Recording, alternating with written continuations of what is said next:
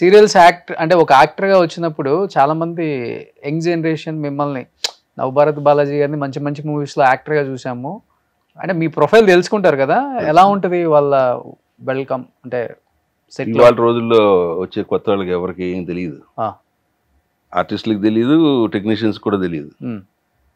మొన్న ఎవడన్నా అడిగాయంటే ఫోటోలు పంపించిన ఎలా ఉంటారో చూస్తాం మీరు అంటారు. తప్పదు ఇంకా, that's how it is happening. ఇంకా నాకంటే పెద్ద పెద్ద వాళ్ళని కూడా ఫోటోలు పంపించుకొని అడిగేవారు. అవునా? అడుగుతారు ఇవాళకి.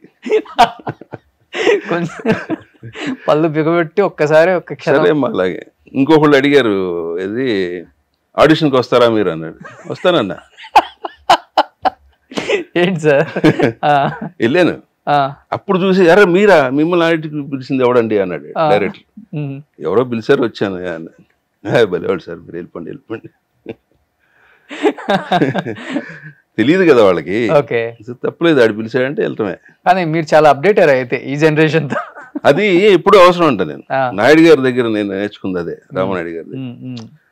వాట్ ఈస్ టుడే హ్యాపెనింగ్ అలా ఉండేవాళ్ళు, అది తెలుసుకోవాలి. అలా అవ్వకపోతే మనం వెనకాల వెళ్ళిపోతాం.